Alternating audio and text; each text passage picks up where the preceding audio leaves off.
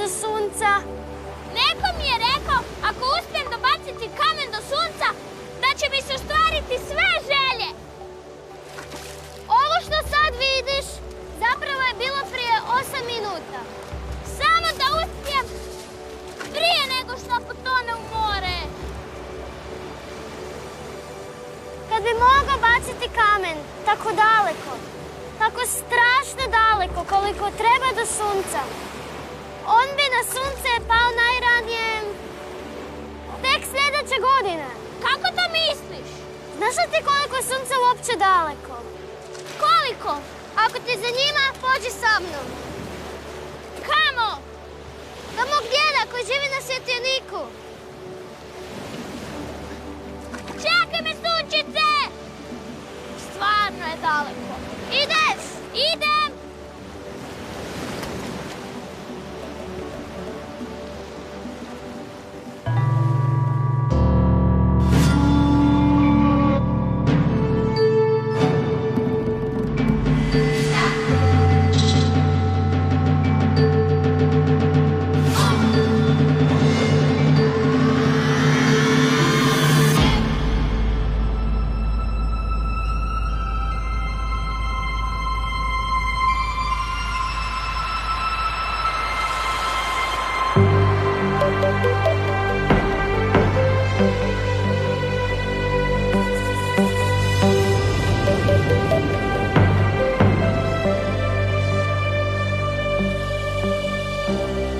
We are here at the sun's behest.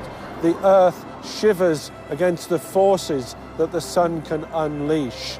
It can change climatic zones. It can make deserts out of green lands. And it can alter the fate of civilizations, perhaps even our own.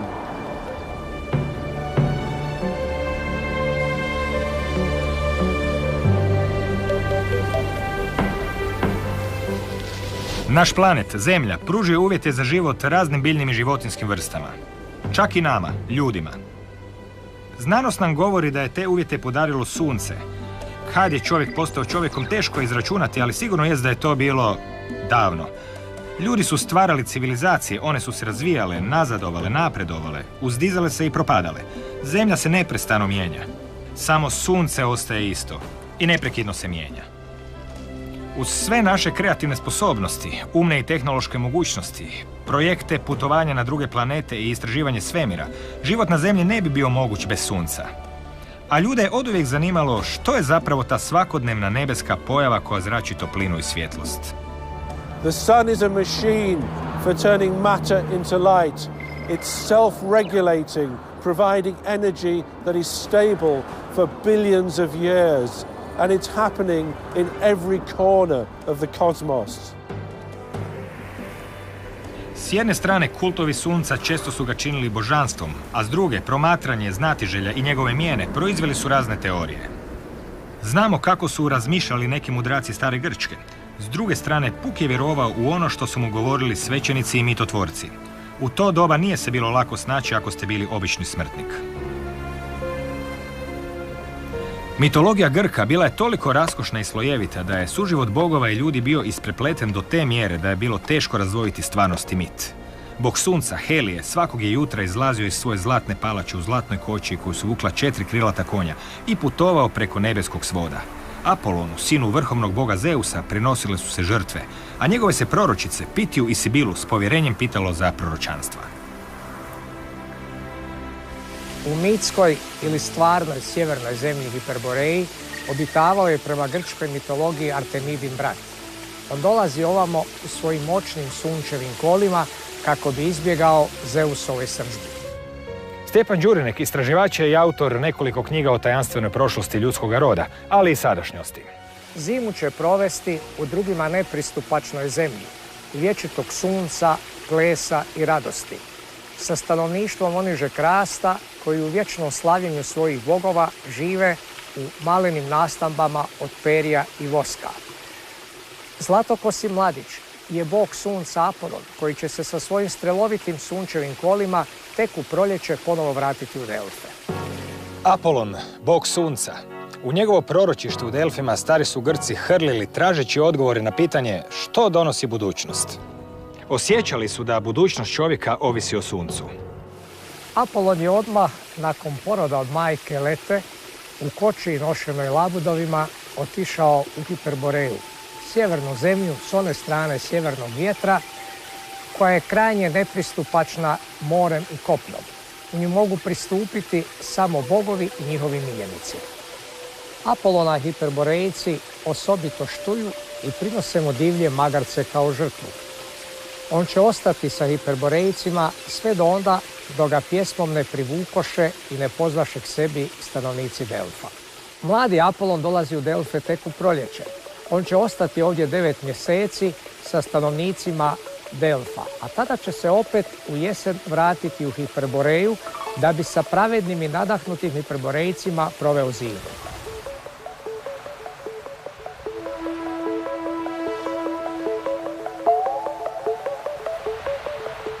Filozof Anaksagora istinu je tražio u prirodnim pojavama, ne pridajući im božansku dimenziju. Sunce je tumačio kao užareni predmet.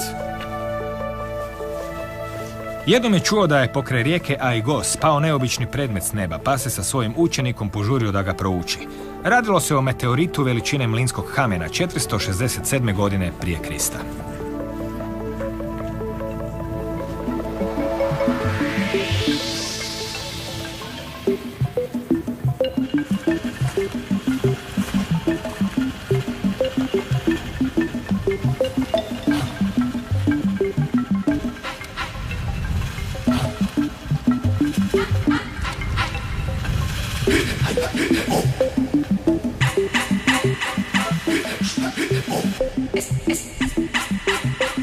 Nekte ek tu heliu planegethes lictus. Ho helios aramidros esti. Kai uden heion! And the first peoples who really decided that the sun wasn't a god, it was some physical thing which they didn't understand, were perhaps the ancient Greeks. And the ancient Greeks started off believing it was a god, but with philosophers such as Anaxagoras, who looked at the sun, who looked at its motions and decided that it was something natural, something that could be understood. He believed it was a burning stone, the size of a large island. And that wasn't a very popular view at the time. He was thrown in prison and came out of a year or so later and still had the same view. And the Greeks understood the motions of the sun. They used the fact that the moon moves in front of the sun to measure the relative distance of the moon and the sun. Ako prihvatimo misao da je sunce živo, ne treba nas čuditi da postoji i biografija sunca. Napisao ju je David Whitehouse, engleski astronom i pisac te član Kraljevskog astronomskog društva. Nevjerojatna je to priča o suncu, čija se poglavlja sastoje od povijesti i istraživanja sunčevih reakcija, ali i mnogo starijih razmišljanja, iz onih vremena dok su jedini putokazi bile nebeske pojave poput pomrčina sunca i mjeseca. And these are among the most wonderful events of nature. And they couldn't be predicted, they couldn't be explained until a Greek philosopher called Anaxagoras came along and said, what is happening is that you have a lineup. You have the earth, the moon and the sun lining up. And because of that particular geometry, he was able to calculate the relative distances of the moon and the sun. He worked out that the sun was 400 times further away than the moon, but he didn't know the absolute distances.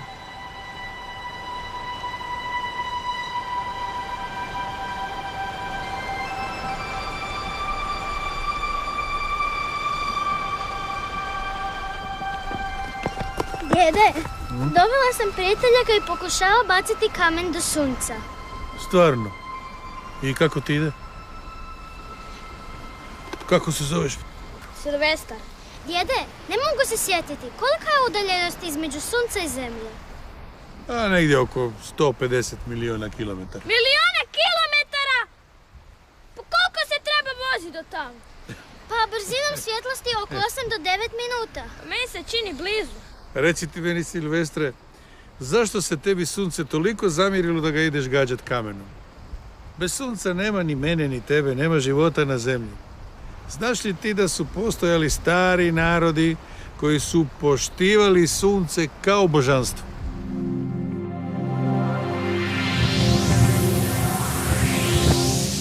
Od znanstvenika starih civilizacija koji su umovali o prirodi sunca, danas najviše znamo o Grcima, jer su ostavili pisane tragove. No i starije civilizacije ispredale su priče o suncu. Ono je bilo njihov bog, sat, kalendar, njihov prijatelj. Do nas su te priče stigle zamotane u omotač mitologije.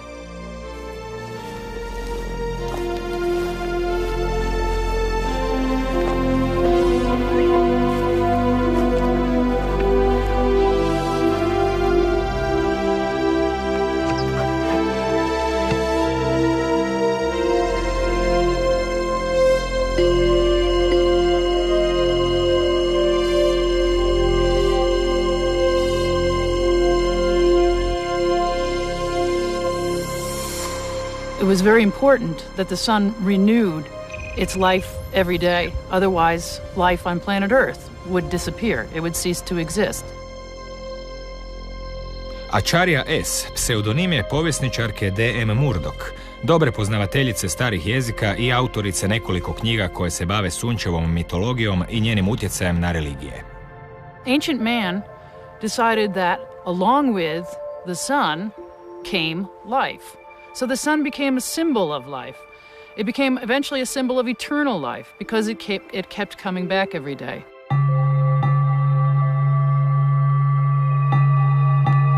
Some things that are obvious and will influence people in the same way. It's quite clear that the sun is the source of light and heat and warmth and life. And so it's very widespread that people have a belief in the sun as that giver of life and warmth. How that manifests itself specifically, whether they see the sun as a god personified in some way or as some sort of spiritual force and so on, will vary and does vary from place to place and surely did in the past.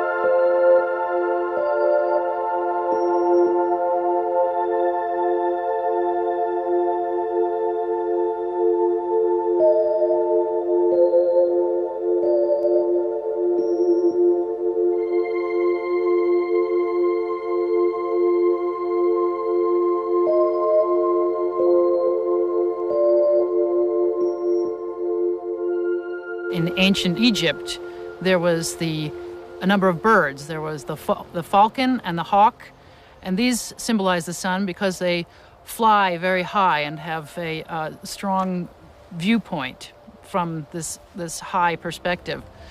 And also the horses became symbols of the sun, and it was imagined that the sun was being pulled by a chariot drawn by a number of horses. Sometimes you find 4 horses, sometimes more, 7. Jedan od najsamosvojnijih i najstarijih slojeva ljudske zajednice, aboriđinska kultura Australije, iskazuje i pokazuje duboku zahvalnost prema suncu. Za njih je sunce apsolutni životvorni princip svega što je na zemlji bilo, što jest i što će biti. Zato aboriđini drže da je sunce izvorište i moderator svih životnih procesa na našoj zemlji. A sada ću vam ispričati priču koju sam zapisao kada sam plovio po Australiji. Tu priču sam čuo od starosjedilaca Australije, aboriđini. Oni kažu da postoji vrijeme kada je sve mirovalo. Svi duhovi zemlje su spavali. Jedino je veliki otac duhova bio budan. Lagano je probudio majku sunce. Kad je ona otvorila oči, velika svjetlost obasjala je usnulu zemlju, a otac duhova je rekao tada suncu: majko, imam za tebe veliki posao. Siđi na zemlju i probudi uspavane duhove i daj im formu. Majka sunce lagano se spusti na zemlju i bosonoga krene u svim smjerovima. Kako je hodala, iza nje su rasle biljke. A kad je ušla i obasjala unutrašnjost spilja, iz njih su počeli izlaziti insekti koji započeše let oko biljaka. Kada je otopila led iz svih drugih spilja, nastale su rijeke, potoci i mora. Tada se digla visoko na nebo i postala sunce. There were caves were considered to be a part of the solar mythology as well, because it was thought that the sun would go into a cave every night when it went down and past the horizon. It would enter into a cave, and that it was born out of a cave. And that's why we hear stories like, for example, the story of Mithra being born in a cave or out of rock, is the sun coming through the cave of the night or the cave of the winter, to be born again in the morning or in the season, winter solstice. And then we also have in Christian tradition, we have the story of Jesus being born in a cave. That's outside of the New Testament. They talk about Jesus being born in a cave. Za pigmeje plemena Semang, no isto tako i za stanovnike ognjene zemlje, ali i za afričke bušmane, sunce je oko vrhovnoga boga. Pigmeji koji žive u neprekinutim načinu života već više od 25.000 godina praiskonski na prostoru današnje pustinje Kalahari, drže da je sunce nositelj evolucijskog procesa od početka do kraja, ili svedeno na jedan ljudski život, to bi značilo da sunce upravlja životom na zemlji od točke granuća pri porodu pa do točke posljednjeg zaklapanja očiju.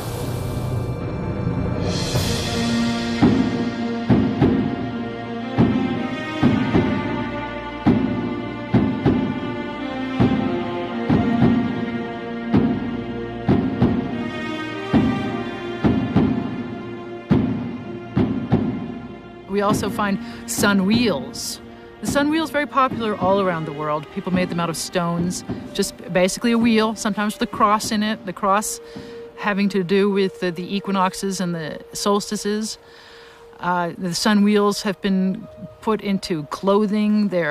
You find them as parts of petroglyphs carved into rocks.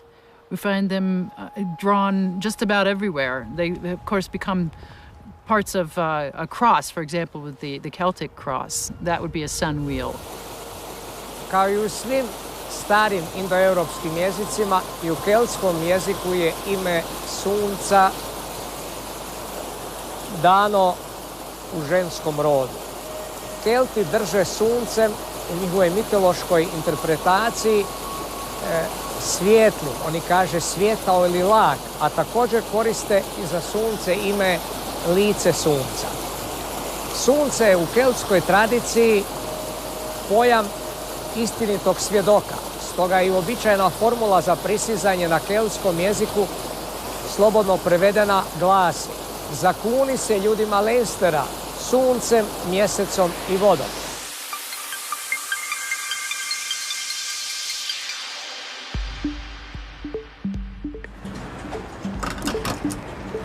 Postoje utrke u kojima je važno vidjeti koliko smo daleko otišli u budućnost korištenja sunčeve energije i njezine primjene. Recimo, automobili. World Solar Challenge je utrka solarnih automobila preko australskog kontinenta, od Darwina na sjeveru sve do Adelaida na jugu.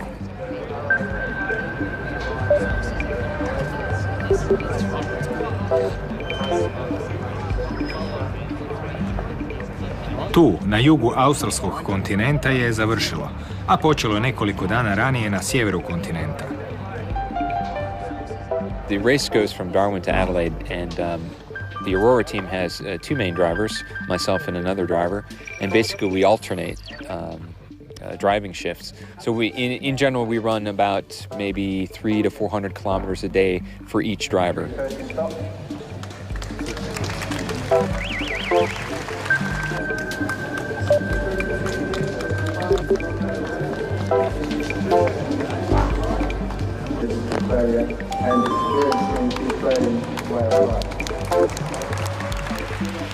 a fantastic morning. Here we are on the start line for the 9th World Solar Challenge in this magnificent setting, the precinct on the steps of Parliament House in Darwin, with 38 teams from 19 countries lined up behind us, just waiting for their great epic journey of crossing the whole continent.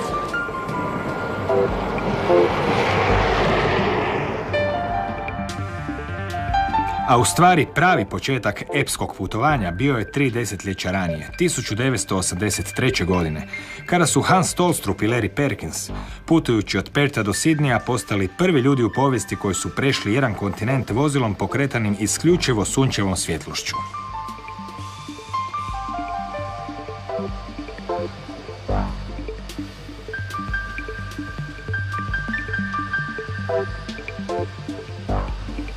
The first trip across the continent of Australia was in 1915, I believe, and there was no road. So when we used our solar power car some 80, 60 years later, the road was much better.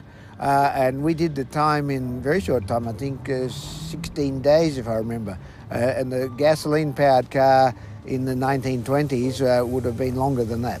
And it began with my partner, Hans Tholstrup, an Australian, and he rang me one day and said, do you think we can do something with solar power for some project? Just after the Gossamer was crossed the English Channel with the pedal power. And I said, yeah, why we'll make a car. We'll make a car go, we drive it across Australia. And that's how it started. Our research shows that, yes, no, we cannot find any solar car running anywhere before. And then one to drive 4,300 kilometres in its first outing is for sure unique, and to us it was the first one. They did the first long distance journey. It was 4,000 kilometres from the west coast of Australia in Perth to Sydney. It took them a long time. I forget how many weeks or whatever, but that was the first long-distance journey. There have been many other long-distance journeys since then. Their idea was to find a way to have personal transport, even when oil disappeared or was hard to get or was too expensive. And that was the inspiration that Hans had to create this event, the World Solar Challenge. After the construction and the journey and our first solar car, my partner, Hans Tholstrup, he was more interested in the solar activities. And about 7 years later, he made the first solar challenge run. He made it, start from the race from Darwin to Adelaide. The first solar car that we made and the journey we did opened the door to more activity on solar power. And the first race came along, the Solar Challenge, I think it was called, with 23 participants.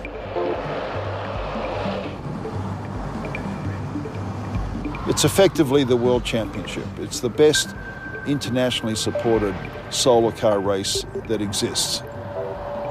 There have been many races, even in Europe, more than 300 solar car races, led by the famous Tour de Sol out of Switzerland. That started in 1985, 2 years before the World Solar Challenge. So really the first race ever was in Switzerland for solar cars and those sorts of vehicles. And that went for about 13 years. And this one here has been going since 87. The Japanese started their racing in 1992, but not on public roads, just on racetracks. And then the Americans also, in about 1992, maybe before that, started a college series.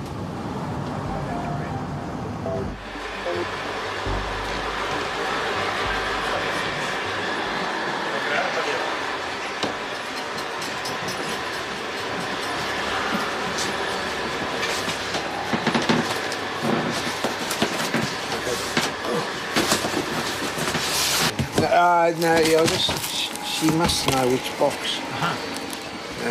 Shall I call her? Yeah, I'll go down and ring my girl to come. Box in this one, I think. Yeah. Oh. Yes. Let's see what we have here. This is yours faithfully, my partner, the quiet achiever, just after construction. This is in the desert crossing. Look at this dust storm. Very, very good sun there. What else we got? More on the road. Here we are, arriving in Sydney. Some very good people. More at the finish. Here is 1 litre of the water from the ocean of the west to the ocean of the right. A good indication of the crowd in the finish in Sydney Opera House, and many people. It was a big event for the time. Yeah, we're very proud of that. And what have we got here? More on the road, in the garden. That is a better picture of the visibility, the bicycle wheels. The lid, what we call the lid, the solar panel, could lift. When we stopped in the end of a day, we'd lift the lid to face the setting sun. We designed to drive around 40 kilometres an hour, and when the sun was shining nicely, and on a good day, if my memory is correct, the record day we nearly did 400 kilometres in one day, and we did have battery storage for surplus energy, so that when the sun went behind the cloud, we had some power. It was very quiet, and when you were sitting in the car driving, the visibility was not so good, but you had a long time to consider that there was no pollution, no noise from mechanicals. It was very quiet. It was very peaceful. The Quiet Achiever now is in the museum, the National Museum in Australia, and but I have some more spare parts here from the trip. This is a spare motor. We didn't need a spare, but we had a motor ready to go. It's a fixed magnet motor, and our maximum power is a little over 1,000 watts. So I got many interesting things here. What's this one? This is spare parts for the motor. There is little pieces here, a spare hub for one of the wheels. The bicycle wheel spokes. They're spares. So we had many spares, and we were prepared for failure, but we didn't use any. The biggest difference is today's car to the Quiet Achiever vehicle of mine is the power that they can now get from the sun is nearly 5 times more powerful than I had. Because it's 5 times more powerful, it goes a lot faster. The car in general is capable of about 100 kilometers an hour on solar power alone. The high speed can go up 120 kilometers per hour. So in fact, this time, like yesterday, before yesterday, the weather is very well. Normally, we always keep 110 kilometers per hour.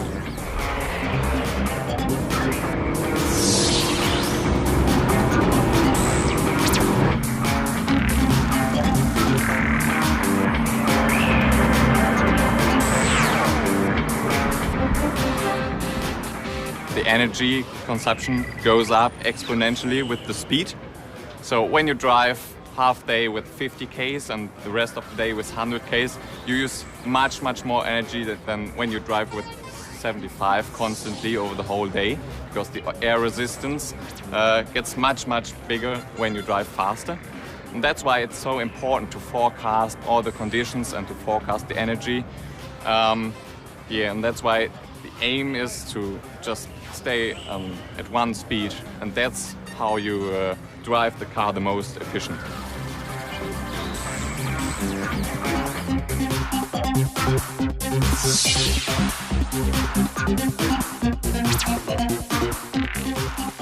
All of the panels up here you see are the solar collectors. They collect the sun's energy, store them in our battery pack, and drive the car via the rear, the motor in the rear wheel there. This is the driver cockpit area up here. The canopy opens, and the driver sits inside, guiding it with the steering wheel and the brakes and accelerator pedal up ahead. Some of the interesting features on this car are we cover the wheels here with these fairings, and as the driver is steering, these fairings are allowed to flex in and out to make way for the wheel, and then they return back to normal, help keeping an aerodynamic shape while still allowing the car to turn properly.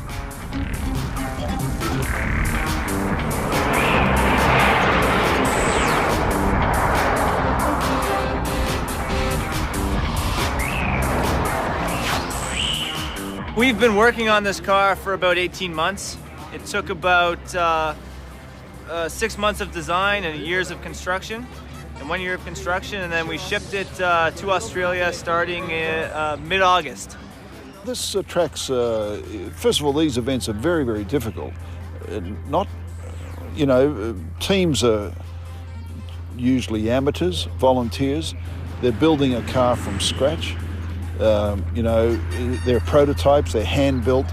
Many skills are needed, lots of engineering fields. And then there's a business and sponsorship and logistics side of it that is also quite difficult. So as a project, they're very good for universities because it taps into so many different things.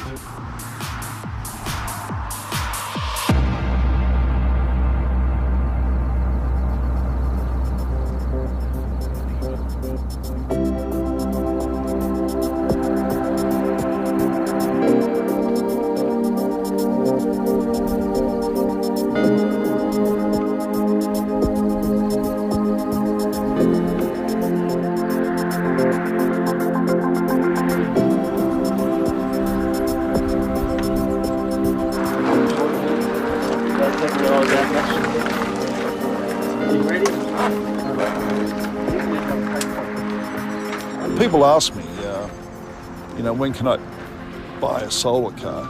They're not very practical because the amount of energy at one time is small. So even on this car, all we can collect is, say, 1,200 watts at one time, and that's not very powerful. But if you have a place to store the energy, it works out very well. What we're finding, for example, you've heard of hybrid cars. In America, there's maybe 10 different brands of hybrid cars available. You can buy a solar roof panel for every one of them. So people are buying their hybrid, they want more efficiency, and they buy a solar panel to supplement the energy they're using. And that's going to come. They seat one person, they have no cargo room, and it's going to be very impractical to build a car with all the luxuries you see today. And is efficient enough to be driven by, a little bit of solar panel on the sun or on the roof. What we, think is more likely is you'll see electric vehicles, around that just have large battery packs in them, and then you can put up, a big panel on your house that can be collecting power, all day, every day, and then you can essentially just charge your car from your house. The challenge class that we're running in has specified some rules to make the cars more realistic. So now we have a more upright seating position, we have a steering wheel, we have headlamps. We've already had turn signals in the past. So what it's supposed to do is make these cars much more realistic to the average person on the street. I'm not sure you'll ever see a solar car for sale to the general public, but what you will see, and what you already see now, are technologies coming from solar car racing and other events like it into the mass transportation community. So things like lightweight composites, advanced electronics or mechanical components, those things are filtering down from prototype vehicles like this to the average consumer's vehicle. If you assume, as we've been going here, that it is possible to get, much more efficient motors and stuff, the power could, possibly supplement, reasonably maybe 25% of your total energy budget, for driving the car down the freeway. Every team member just have a dream. In the future, solar car will be reliable and use on normal road. It's no problem. I think every team member just think about that. And I believe maybe 5 more years, 10 more years, we could see a solar car on the road, but for short distance, maybe go shopping in the mall or go to school. This year, the World Solar Challenge organization is actually celebrating the 20th year of this event. I think the average speed was something like 37 miles per hour, I think, which is not very quick. These days, we're doing 130 or more. Batteries are improving all of the time, and I think one day, we will get very efficient battery systems. I think it's possible, but we need to continue the development and the research, which events like this certainly help to facilitate. And I think maybe someday in the future we will see, solar cars running around the cities. There is no such thing as impossible. Everything is possible. It won't be quick, but years down the track, I'm fairly positive.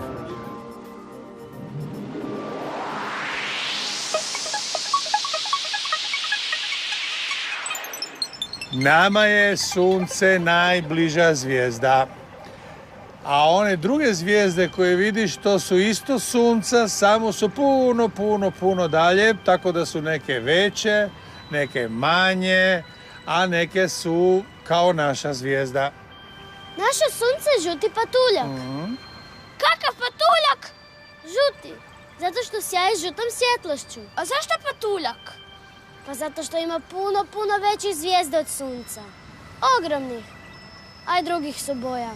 Plave, crvene, žute, bijele. I svako od njih šalje svjetlost kao i sunce? Pa neke jaču, neke slabiju, ali sunce nije samo svjetlost. It's not just light that we get from the sun. We also get high energy particles, this type of radiation. And between Apollo 16 and Apollo 17, the final moon landings, there occurred a huge solar flare and a huge burst of radiation from the sun. And had there been astronauts on the lunar surface when that flare occurred, they could have been quite severely damaged and made very ill had they been exposed to that. Now, fortunately, when they were walking on the moon, no such flare occurred. But certainly if we ever want to go to Mars, if we ever want to stay on the moon for long periods or travel further out into the solar system, we have to find some way to predict and protect ourselves against solar radiation, which can be very harsh and can be debilitating unless you have some way to protect yourself against it. Postoje dva osnovna oblika eruptivnih procesa u sunčevoj atmosferi. Jedno su sunčevi bljeskovi, a drugo su koronini izbačaji. Iako su ta dva procesa na neki način različita međusobno, oni su ujedno i vrlo povezani. U oba dva slučaja radi se o oslobađanju magnetske energije koja je pohranjena u atmosferi Sunca, a uz to, kada se oslobodi sunčeva erupcija, koronin izbačaj takozvani, ujedno se pojavljuje i sunčev bljesak. Sunčevom aktivnošću, sunčevim vjetrovima, fizikom plazme sunca i sustava sunce-zemlja na Hvarskoj zvjezdarnici bavi se astronom s Geodetskog fakulteta Bojan Vršnak. Sunčevi bljeskovi su pojava pri kojoj se prvenstveno u sunčevoj atmosferi oslobodi energija u obliku toplinske energije, tako da korona, koja je inače vrlo vruća, negdje oko 1.000.000 Kelvina, postane još daleko zagrijanija na tim područjima gdje se dešava bljesak, tako da dostignu temperature vrijednosti i do nekoliko desetaka milijuna kelvina. Dakle, vrlo visoke temperature se pojavljuju, što ujedno znači da će i takvo područje osloboditi vrlo jako zračenje u rengenskom području. Tako da ta pojava rengenskog zračenja i ultraljubičastog zračenja može utjecati značajno i na višlje slojeve u zemljinoj atmosferi. Uz to, bljesak oslobađa i čestice visokih energija, dakle čestice koje putuju kao snopovi prema zemlji brzinama koje su gotovo jednake brzini svjetlosti. Te čestice za svega 10-20 minuta stignu do zemlje i onda opet mogu utjecati na visoke slojeve atmosfere. Mi ih tu dole niže u atmosferi ne osjetimo, zato nas od njih vrlo dobro brani magnetsko polje Zemlje. Međutim, recimo za astronaute ili svemirske letjelice koje su u orbiti oko Zemlje, oni mogu biti pogubni. Za razliku od sunčevih bljeskova koji se odvijaju u samoj sunčevoj atmosferi i tamo ostaju na neki način i vezani, jer sve se dešava unutar nekoliko stotina tisuća kilometara iznad sunčeve površine, koronini izbačaji su jedan drugi vid erupcije, a on predstavlja upravo izbačaj materije u međuplanetarni prostor. To su procesi koji su vrlo visokih energija, jer sam materijal koji putuje, znači plazma iz sunčeve atmosfere, taj plin i magnetsko polje zajedno s njim, putuju brzinama koje mogu biti i nekoliko tisuća kilometara u sekundi. Takav izbačaj putuje kroz međuplanetarni prostor i napreduje prema Zemlji. I s obzirom da nosi sa sobom i magnetsko polje, kada dođe u dodir sa magnetskim poljem Zemlje, uzrokuje takozvane geomagnetske oluje. I te geomagnetske oluje mogu imati značajne posljedice na sam život na Zemlji, znači za nas same. In 1989, there was a large flare on the surface of the sun which sprayed towards the Earth a cloud of energetic particles. And when they struck the Earth's atmosphere, they created an electromagnetic disturbance. And that affected particularly northern latitudes because the changing magnetic field around the Earth induced electrical currents in pipelines and in power grids, and particularly in Canada, in Quebec, for 2 or 3 days, there were severe interruptions to the energy supply because the energy grid was severely affected by these induced currents, whose source was the particles from the sun. Now, since that time, we've learned actually how to deal with this to a large degree, and that modern-day phones, pagers and communications will not be so affected by large solar flares as they were in the past. Ako je sunce najvažnija, da li ima neka druga ili treća po važnosti? Pa, može se reći, druga po važnosti bila bi sunčice. Što ti misliš koja bi to mogla biti, a? Kad malo razmislim... Ima jedna zvijezda koja sjaji po noći putnicima i naročito mornarima. Nalazi se na sjevernom dijelu kugle zemaljske, zove se Polaris. Zvijezda sjevernjača! Onaj ko zna pronaći zvijezdu sjevernjaču, ona će mu uvijek reći gdje se nalazi sjever. A kako ju možemo pronaći kad ih ima bezbroj? Pa tako što je ona najsjajnija zvijezda sazvježđa... Malog medvjeda! Eto ga. A gdje je to? Zar nikad nisi gledao malog i velikog medvjeda? Pa to je najljepša slika na nebu! Pa ne, nikad nisam vidio ovoliko zvijezda. Pa ovako, Polaris ti se nalazi na vrhu sazvježđa, razumiješ? I sad se ide dolje prema malim kolima. Imam ideju, sad ću ti pokazati.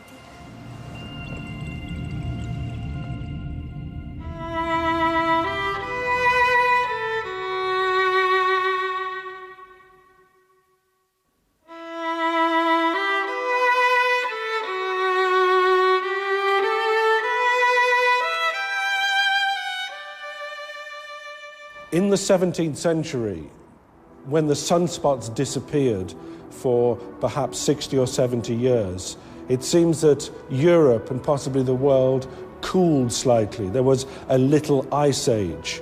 Now, it's very difficult to work out exactly what happened, but certainly there does seem to be a coincidence between sunspots disappearing on the sun and a chill on the earth when the conditions in Western Europe became very bad for civilization. A lot of people died because the climate became colder and wetter, particularly after the warmth of the medieval period when the population increased and food supply was plentiful. The other aspect of the sun is that its solar cycle, this 11-year cycle of activity, was increasing quite dramatically throughout the 20th century. Also at the same time that the Earth's global average temperature was increasing. So you have here two coincidences, if they are coincidences. When the sunspots disappeared, the Earth chilled slightly. And when sunspots were in abundance and increasing in number, the Earth got warmer. Is there a connection between the sun's activity and the temperature of the Earth and global warming on the Earth? And there's another twist to that story. Since the year 2000, the sun seems to have changed its behavior once again.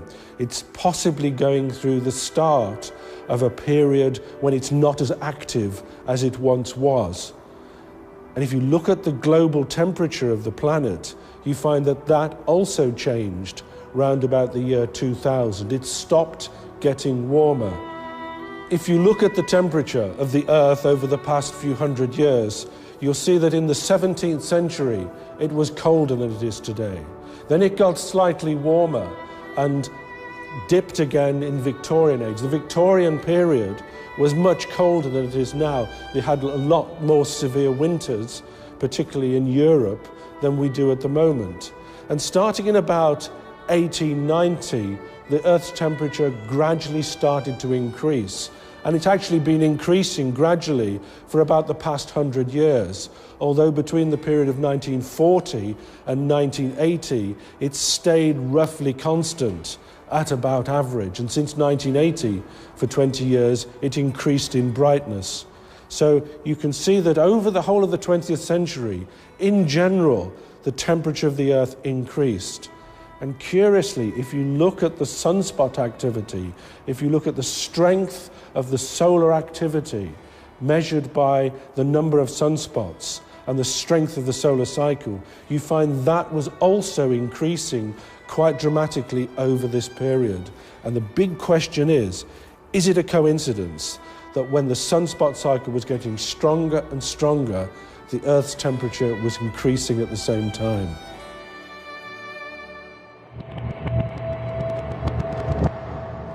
Sedam zvijezda tvore mala kola. I na vrhu je Polaris, zvijezda sjevernjača. Tako ti izgleda mali medvjed. Jako lijepo. A što tvoj djed radi kad sve to zna?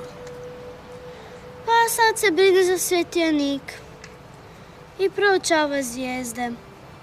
Ima hrpu knjiga i mali teleskop. Prije cijeli život je plovio, bio je kapetan. Oplovio je sva mora svijeta više puta i bio je na svim kontinentima i upoznao mnoge ljude i čuo mnoge priče koje mi sad pričam. Kakve priče? Pa čuj svakakve. O dalekim otocima, neobičnim zemljama, skrivenim narodima. Ali najdraže su mi priče o dalekim prošlostima.